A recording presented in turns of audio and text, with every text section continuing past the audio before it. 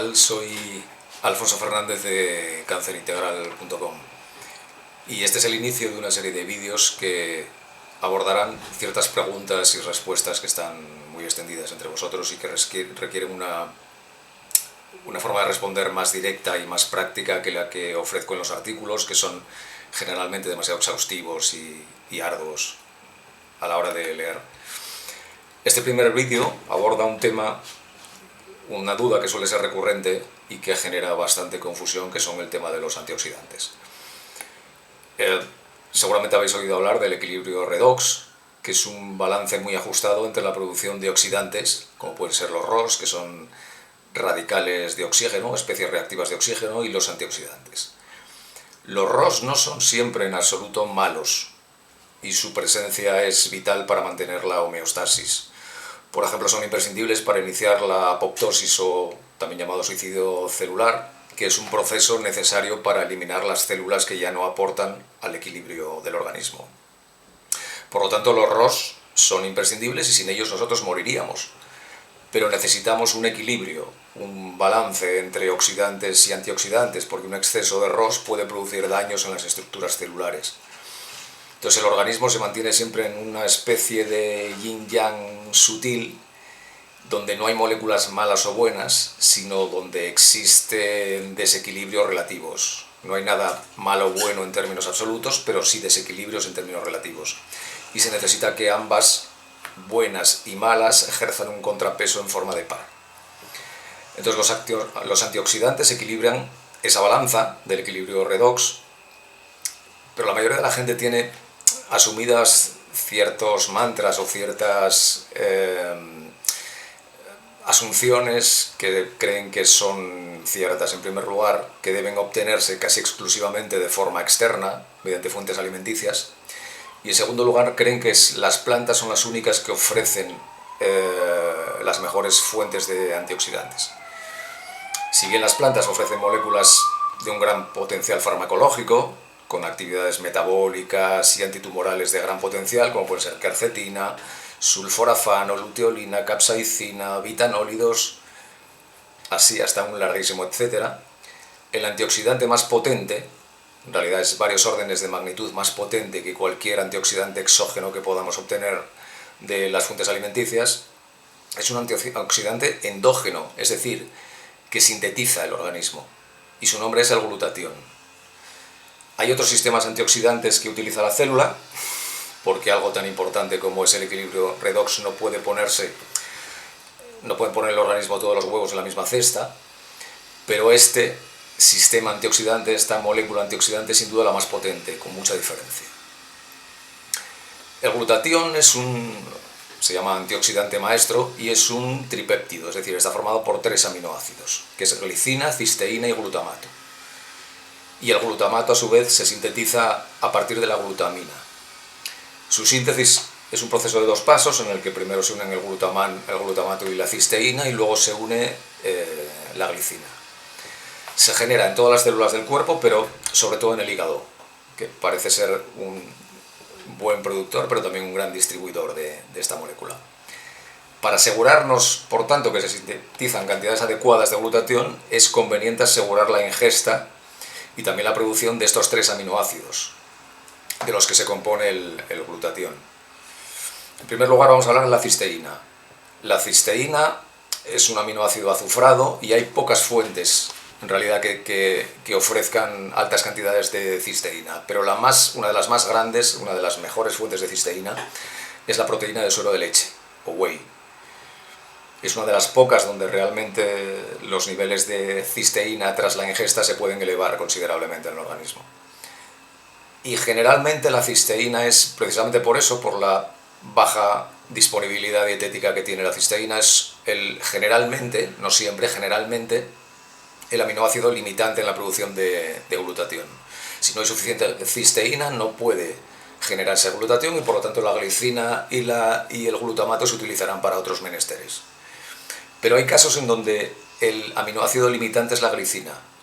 La glicina es un aminoácido de extrema importancia, ubicuo, y que forma parte de multitud de reacciones y que ayuda en términos de salud de una manera brutal, que yo he mencionado en multitud de ocasiones, tanto en podcast como en artículos, y que generalmente no se le suele dar la importancia que requiere, y una de las razones por las cuales es tan importante consumir colágeno, fuentes de colágeno.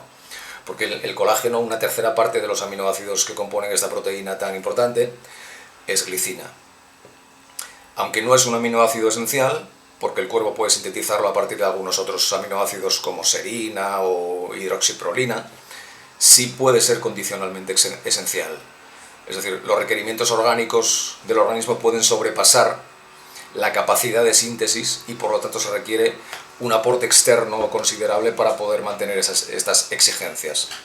Entonces, cuando la glicina es el factor limitante, sucede un hecho que puede ser triplemente malo. El hecho de que la glicina impida generar glutatión hace que haya un déficit de producción de este antioxidante. En segundo lugar, el hecho de que falte glicina ya es de por sí malo, puesto que no estamos supliendo esas otras carencias orgánicas. Y en tercer lugar, al no poder formar parte del glutatión, la cisteína se queda en forma libre. Y según dicen investigadores como Chris Masters-John, la cisteína es un aminoácido tóxico cuando se presenta en forma libre. Casi su presencia, o sea, su utilidad es formar parte de otros compuestos que ayuden al organismo. Y al estar de forma libre en el organismo puede inducir problemas de todo tipo. Por lo tanto, es muy importante ingerir partes cartilaginosas de animales o moluscos o colágeno hidrolizado, o en su defecto suplementar con glicina, para asegurarnos de que obtenemos esas piezas básicas y que no vamos a tener una deficiencia de glicina. En tercer lugar, el glutamato es un aminoácido que es también un neurotransmisor excitador y un combustible del proceso de la glutaminólisis tumoral, del que hablo en el libro, que luego mencionaré. Y es una pieza que en exceso también puede conducir a problemas. Seguramente habéis oído hablar del glutamato, que se consume habitualmente, que se introduce en muchas comidas. Es como siempre necesario, es imprescindible para multitud de procesos, no es malo en términos absolutos, pero sí que es conveniente tenerlo bien regulado de una manera equilibrada. Y por eso, de nuevo, si hay un déficit de cisteína o un déficit de glicina, nos vamos a encontrar con que el glutamato no se va a utilizar para la generación de glutatión y por lo tanto de forma libre puede conducir a un exceso no deseado. Tenemos que recordar que el glutamato procede de la glutamina, que es un aminoácido esencial para mantener una buena salud intestinal, de la cual depende a su vez una buena salud inmunitaria. El cáncer utiliza altas cantidades de glutamina para medrar, pero es erróneo por completo que los enfermos de cáncer limiten la glutamina lo mismo que hacen con la glucosa, porque no se trata de lo mismo. Aunque el cáncer utiliza mucha glutamina, el intestino la requiere aún en mayor cantidades, y limitar la glutamina por no alimentar al cáncer implica fastidiar el sistema inmune a base de fastidiar el intestino, y por lo tanto no es conveniente limitar la glutamina, todo lo contrario. Los estudios demuestran que la suplementación de glutamina en los enfermos de cáncer es conveniente, mejora su calidad de vida. Y el cáncer, si tú le limitas el aporte externo de glutamina, acabará por sacar esa glutamina de los órganos sanos. La caquexia es probablemente uno de los procesos en los cuales el cáncer consigue poner a su merced el organismo, haciendo que los músculos se catabolicen, se rompan, para obtener aminoácidos como la glutamina a partir de esa ruptura. Y al perder la masa muscular, un enfermo está perdiendo una baza imprescindible, puesto que el sistema muscular es uno de los principales sistemas endocrinos, reguladores endocrinos del organismo. Y por eso una de las fuentes alimenticias que tienen más glutamina, entre otras muchas cosas, son los caldos. Cualquiera tendría que estar tratando de hacer los caldos caseros de toda la vida, con buenos huesos o con buen pescado, los caldos de toda la vida, a condición de que sean cuanto más caseros mejor. Y eso estará aportando unas piezas claves también para la generación de glutatión y para otras muchas cosas. Por lo tanto, resumiendo, para una buena generación de glutatión tenemos que consumir fuentes de cisteína, como puede ser la proteína de suero, también llamada whey, o en su defecto consumir un suplemento que es la N-acetilcisteína, que tiene unas capacidades antitumorales y antiinfecciosas importantísimas al mejorar la respuesta inmune. Por eso frente a COVID, por ejemplo, ha sido muy importante en muchos casos y por lo cual se ha intentado prohibir también. En segundo lugar, para el glutamato, fuentes de glutamina, donde la principal son los caldos caseros o también suplementos de glutamina en caso de que alguien no pueda o no quiera hacerlos. Y en tercer lugar, la glicina. Y para eso hay que consumir bastante colágeno, como son partes cartilaginosas del animal, como orejas, morro, rabo, callos o bien moluscos, que son uno de los alimentos más minusvalorado y que es extraordinariamente importante, o suplementos de colágeno hidrolizado de calidad, eso sí, son caros, pero bueno, es una inversión que en algunos casos merece la pena, o bien glicina en polvo, que es un suplemento extraordinariamente barato y sencillo de tomar, aunque bueno, puede tener un sabor levemente dulce que a algunos les puede dar un poco de asquete. A mí, por ejemplo, me lo da, no me gusta nada tomar estos suplementos, pero son muy necesarios. Aunque los tres son muy importantes, es esencial que no haya deficiencias de glicina, debido a su importancia vital, sobre todo en enfermos de cáncer. Es muy habitual que los divulgadores incidan en la importancia de la vitamina D3 o en el magnesio, pero pocos hablan de la importancia de un aminoácido tan humilde, cuya suplementación es tan sencilla y tan barata. Entonces, como veis, son las fuentes animales las principales que nos aportan ladrillos esenciales para nuestra salud. Los vegetales son saludables y son de gran importancia, por supuesto, pero la demonización de las fuentes animales que estamos presenciando últimamente carece por completo de rigor científico.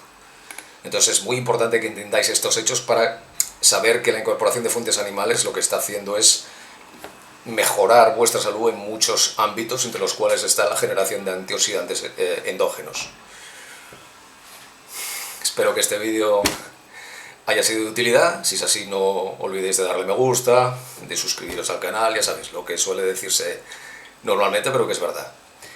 Y por favor, una cosa os pido, comentadme en el apartado de comentarios las dudas y las preguntas que podáis tener para que yo las pueda abordar en vídeos posteriores. Os voy a dejar también en la descripción algunos artículos de mi blog que describen con mucha mayor profundidad el tema de los antioxidantes. Son artículos larguísimos y súper profundos, como quienes conocéis el blog ya sabéis y sufrís. Y también os recuerdo que estoy escribiendo un conjunto de libros que van a marcar un antes y un después en el abordaje conceptual y práctico del cáncer, que podéis precomprar a un precio reducido y cuyo link os dejaré también en la descripción. Nos vemos en la próxima y un abrazo.